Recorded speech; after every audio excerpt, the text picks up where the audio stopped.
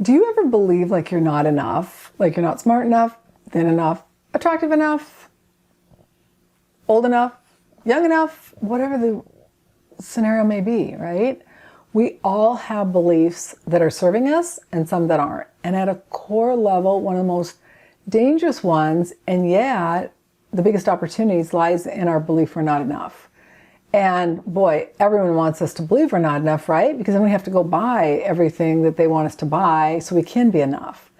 So if you suffer in any area of your life of not being enough, not having the confidence or the self-esteem or even the belief of what you can or can't do, you're going to love today's episode as we dive into the Worth Barometer.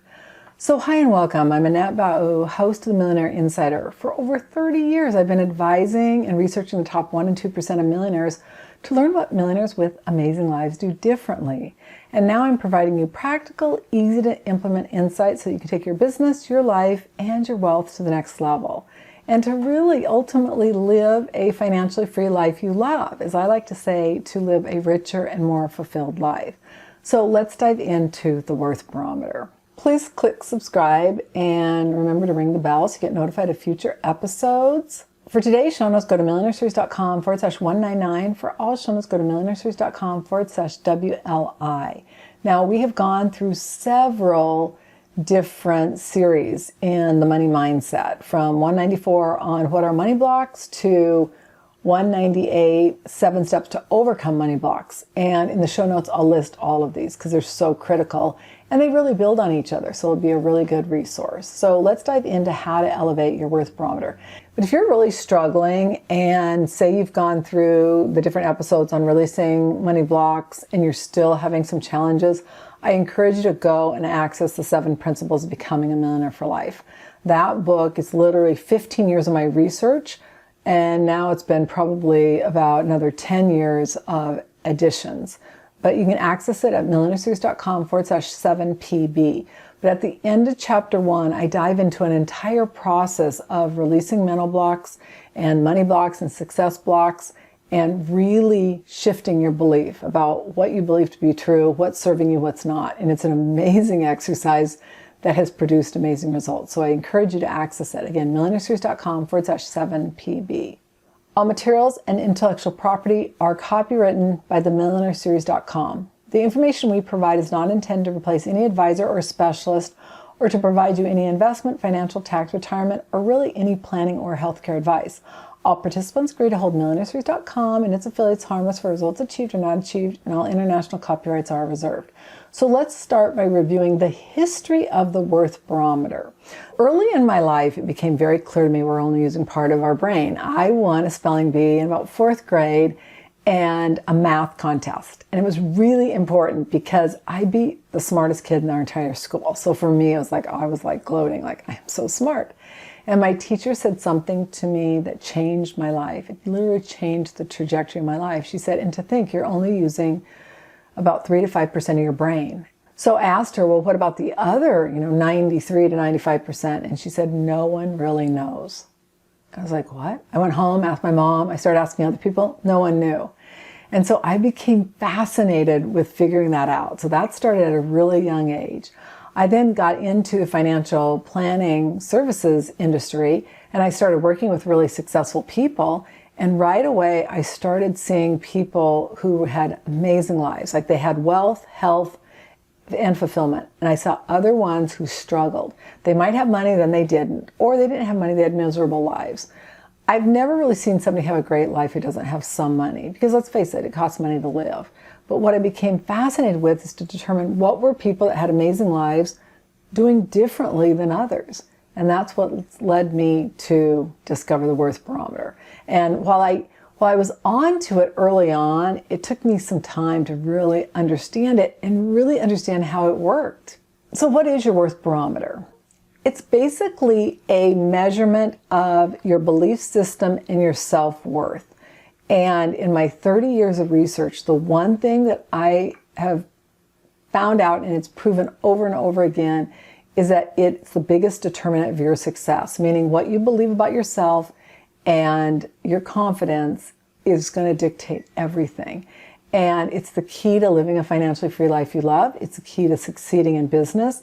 If I go to members in my mastermind community and we've had amazing results, and I say, tell me the tactic or strategy that has worked most effectively, 98.7% of the people say it was elevating my worth barometer. Like, really? It's that powerful. And I should know that. I mean, I hear it over and over again, but I still go to like, what was the tactic? What was the strategy? It's amazing. But what you're going to find as we dive into this is that the worth barometer is going to dictate more about what happens in your life than anything else. So the best news of all, if you're not getting your desired results, you just need to elevate your worth barometer. Now, I have something that I want to share with you, and this is on my wall, and I look at it every day. But a healthy worth barometer understands that short-term actions produce long-term results. Here, I have it there, I have it on my desk, and I reminded myself of it. I actually was on a mastermind call, and somebody was saying, so what are these people doing that are having amazing results? And that's when I was like, this is what they do. They understand that our short-term actions are what produce long-term results. See, a lot of success is boring and mundane. A lot of becoming a multimillionaire is very boring and mundane. It's doing the activities you need to do to get there. It's not giving us a dopamine rush. It's not feeding our limbic brain. It's hard work. And most people, when they're not getting that dopamine rush, it's hard. Meaning you sit down, you set a goal, you're all excited, right? You can't wait. And then all of a sudden the reality kicks in. All of a sudden, you said you were going to go to the gym every day, but you feel terrible. You don't feel like going to the gym. You want to sit around and have a good time. Those are the things that wreak havoc in our business, our life, and with our money. So don't let that be you. So why is it so important? Well, because it dictates the results you get. It dictates every aspect of your life. Your happiness, your fulfillment, your money, your success in your business, in your marriage. I have seen so many people lose weight by elevating their worth barometer. I've seen people who have improved their marriage.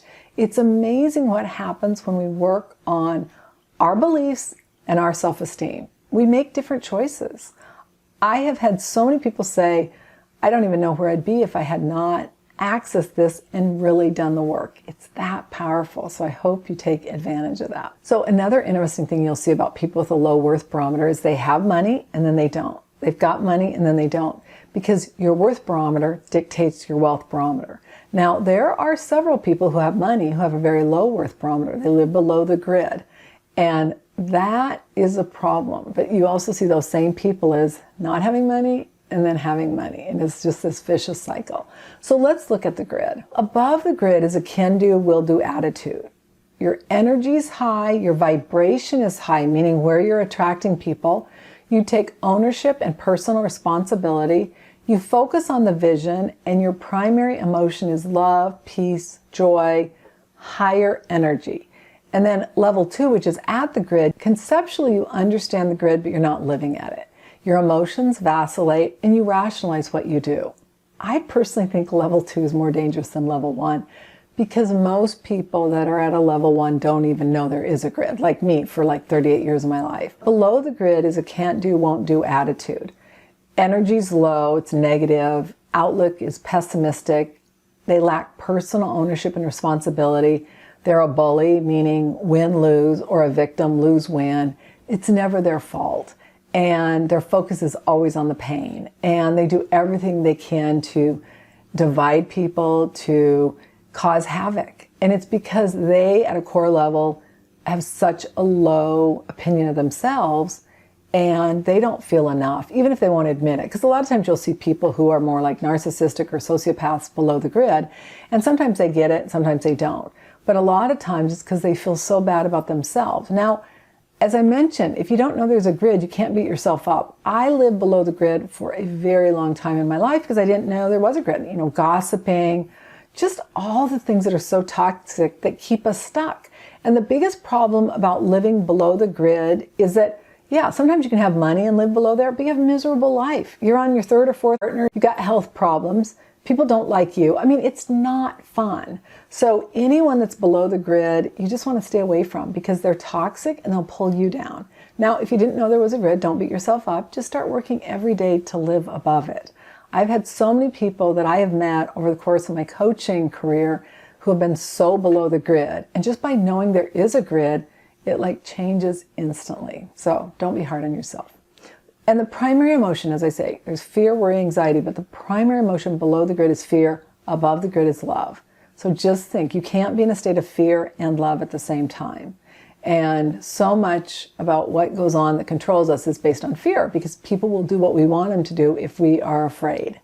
And so when you start listening to people in politics or even in some faiths, if you listen to the message and it's very fearful, you're going to know that right away, below the grid, they want to control you. If it's more love, it's just a different scenario. So again, just be aware of that, because there's a lot of influences and even places that are below the grid. There are churches that are above the grid. There are churches that are below the grid.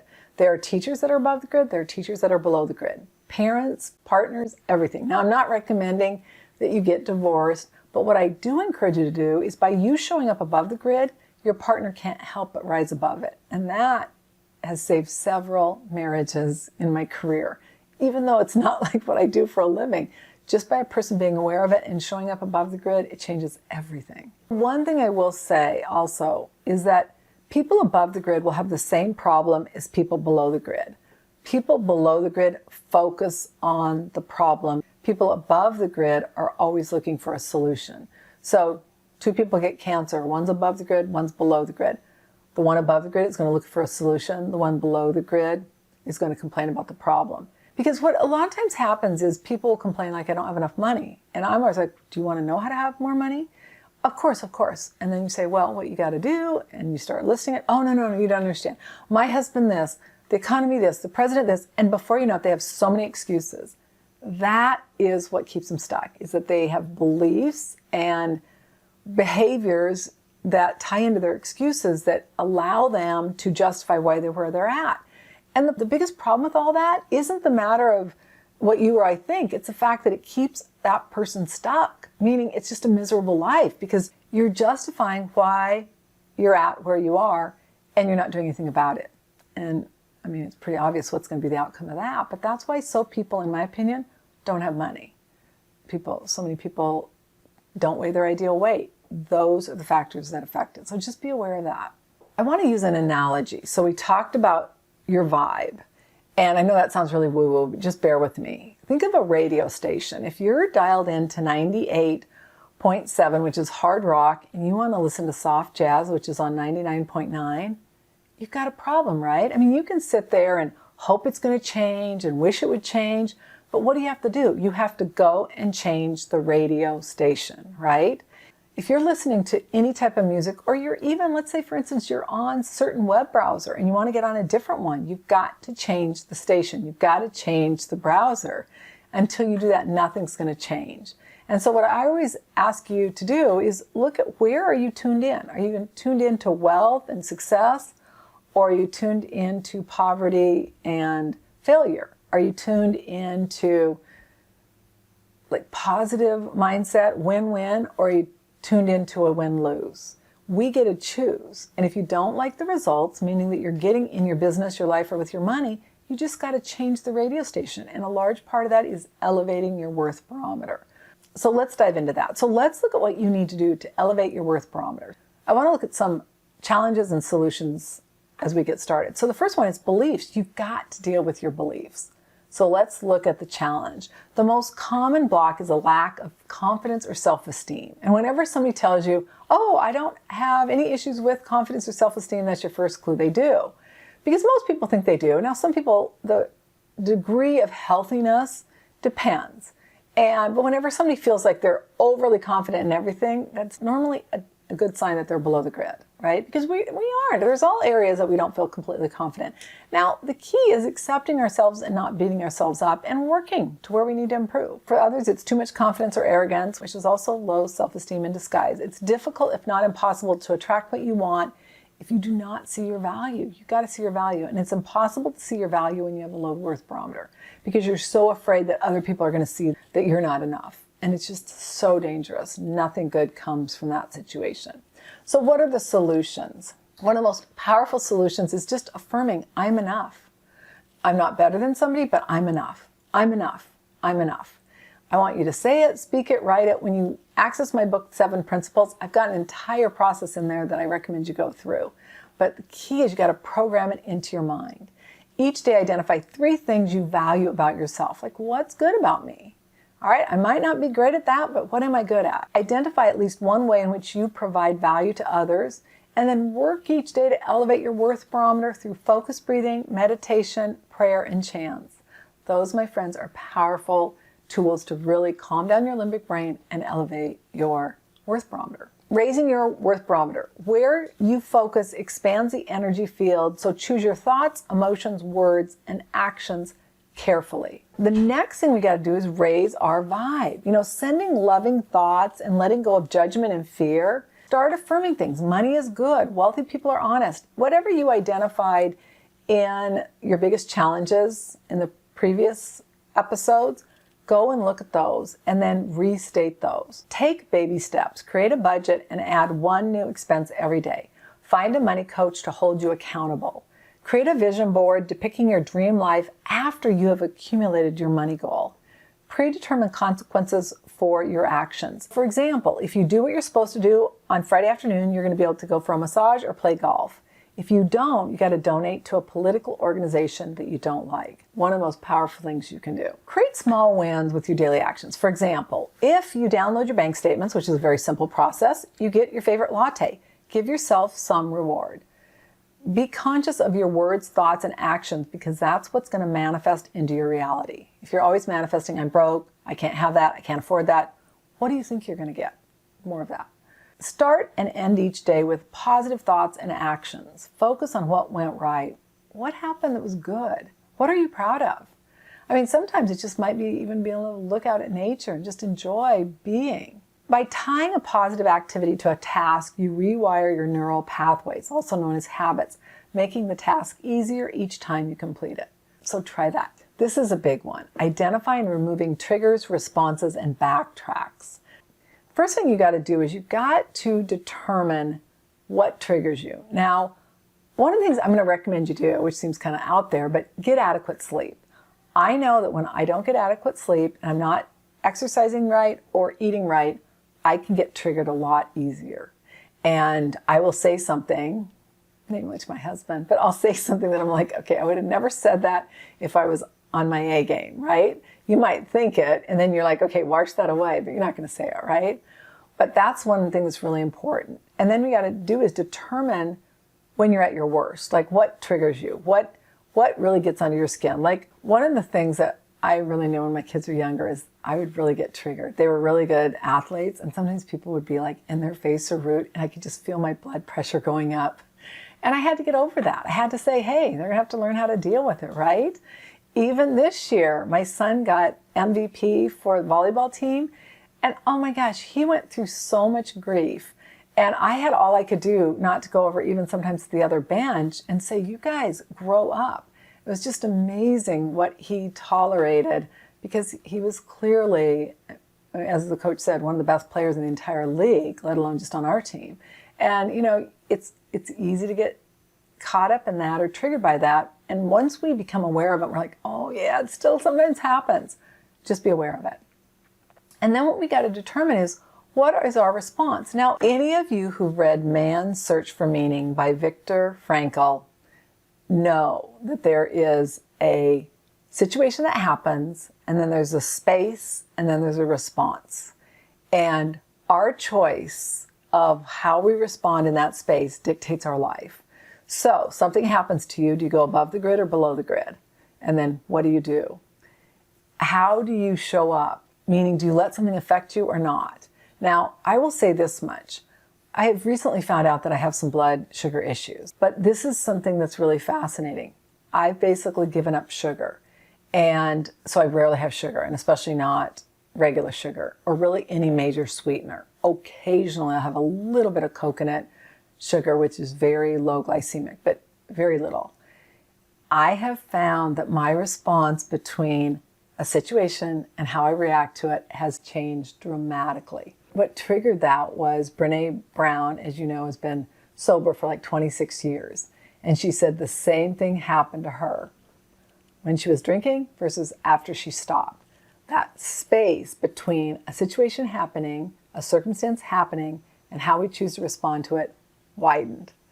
Try it, my friends. Both of those things are so powerful and so amazing when you see something happen that you know normally you would have responded to it and you don't. And then the other thing you got to know is what helps you get back on track. Now, I mentioned things like sleep, diet, exercise, but even what I find is if I get triggered, I just go out into nature or go for a little walk or go and just take a few minutes and do a few deep breaths or even a quick meditation. You can do the focused breathing, put your feet flat on the ground. Let's just do it right here. And palms down. If you feel like you're triggered, put your palms down because that will ground you. Breathe into the count of 8. Hold it for 8. And then release for 10. And just do about 3 or 5 of those. It'll change everything. It's amazing. As the saying goes, it's not what happens to us, it's how we choose to respond. If you want more support on this, I encourage you to access my book, The 7 Principles of Becoming a Millionaire for Life, millionaireseries.com/7pb. If you want help with your Worth Barometer, you can access the Worth Barometer guide, millionaireseries.com/WBG. For today's show notes, go to millionaireseries.com/199. For all show notes, go to millionaireseries.com/WLI. So I want to thank you so much for joining me for elevating your Worth Barometer. Now, wasn't that easy? Now, I know there's a little work to do, and especially depending on where you are on the grid, maybe more, but I don't want you to get triggered. What I want you to do is just start noticing it in your life. And I can't guarantee a lot of things, but one of the things I can guarantee beyond a shadow of a doubt is that if you work to elevate your Worth Barometer, everything in your business and life is going to change. So I'm Annette Bau, host of the Millionaire Insider. All international copyrights are reserved. I look so forward to hearing back from you on what you're doing to elevate your Worth Barometer. Bye for now.